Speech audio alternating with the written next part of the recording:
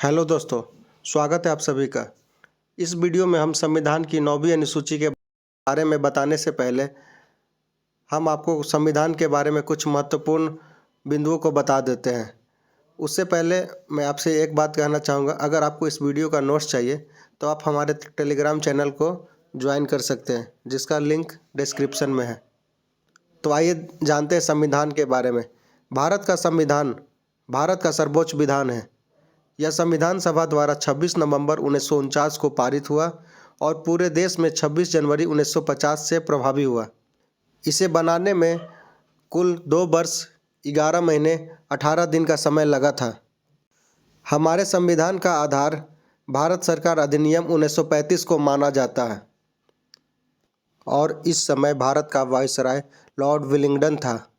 भारतीय संविधान को बनाने के लिए एक संविधान सभा का गठन किया गया था। उसके अस्थायी अध्यक्ष श्री सच्चिदानंद सिन्हा को निर्वाचित किया गया था और बाद में डॉक्टर राजेंद्र प्रसाद को संविधान सभा का अस्थायी अध्यक्ष बनाया गया तथा संविधान सभा की प्रारूप समिति के अध्यक्ष डॉक्टर भीमराव अंबेडकर जी थे। हर साल 26 नवंबर को संविधान दिवस मनाया जाता है, क्योंकि यह वही दिन है जब संविधान बनाया गया था। भारत का संविधान दुनिया का सबसे लंबा संविधान है, जबकि विश्व का प्रथम लिखित संविधान संयुक्त राज्य अमेरिका का है। मूल भारतीय संविधान में 22 भाग, 395 अनुच्छेद और 8 अनुसूचियाँ थीं, लेकिन वर्तमान में भारत के संविधान में 25 भाग, 448 अनुच्छेद और 12 अनुसूचियाँ हैं। तो यह थे संविधान के बारे में कुछ महत्वपूर्ण पॉइंट। अब आते हैं 9वीं अनुसूची के बारे में। 9वीं अनुसूची वह अनुसूची है जो पहले संविधान संशोधन अधिनियम 1951 के तहत संविधान में जोड़ा गया था और इसमें टोटल कानूनों की संख्या 13 थी। इस अनुसूची में केंद्र और राज्य कानूनों की एक ऐसी सूची होती है जिन्हें न्यायालय के समक्ष चुनौती नहीं दी जा सकती है। अगर किसी कानून को सुप्रीम कोर्ट ने निरस्त कर दिया है और संविधान संशोधन के माध्यम से उस कानून को 9वीं अनुसूची में शामिल कर दिया जाता है तो वह कानून भूतलक्षी प्रभाव से लागू हो जाता है। अभी आपके मन में यह सवाल उठ रहा होगा कि भूतलक्षी प्रभाव क्या होता है, तो चलिए इस सवाल को दूर कर देते हैं।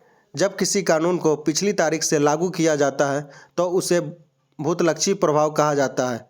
इंग्लिश में इसे रेट्रोस्पेक्टिव इफेक्ट कहते हैं। वर्तमान में 9वीं अनुसूची में कुल संरक्षित कानूनों की संख्या 284 है और इस सूची में जो पहला कानून ऐड किया गया था वह था the Bihar land reforms act 1950 और जो लास्ट कानून ऐड किया गया है वह है the West Bengal land reforms tribunal act 1991। अभी वर्तमान समय में 9वीं अनुसूची न्यूज़पेपर में देखने को मिल रही है, तो इसका मुख्य कारण यह है कि बिहार सरकार ने सरकारी सेवाओं और शैक्षणिक संस्थाओं में आरक्षण का दायरा बढ़ाकर 75% कर दिया है, जो कि पहले 60% थी।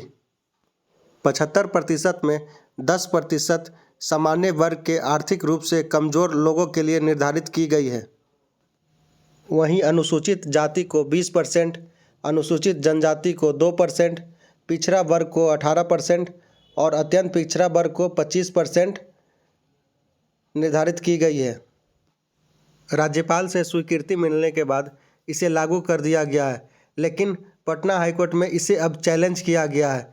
तो बिहार सरकार को यह डर है कि कहीं यह कानून निरस्त न हो जाए और वह प्रयास कर रही है कि इस कानून को संविधान की 9वीं अनुसूची में डाल दिया जाए ताकि इस कानून को न्यायालय के समक्ष चुनौती नहीं दिया जा सके।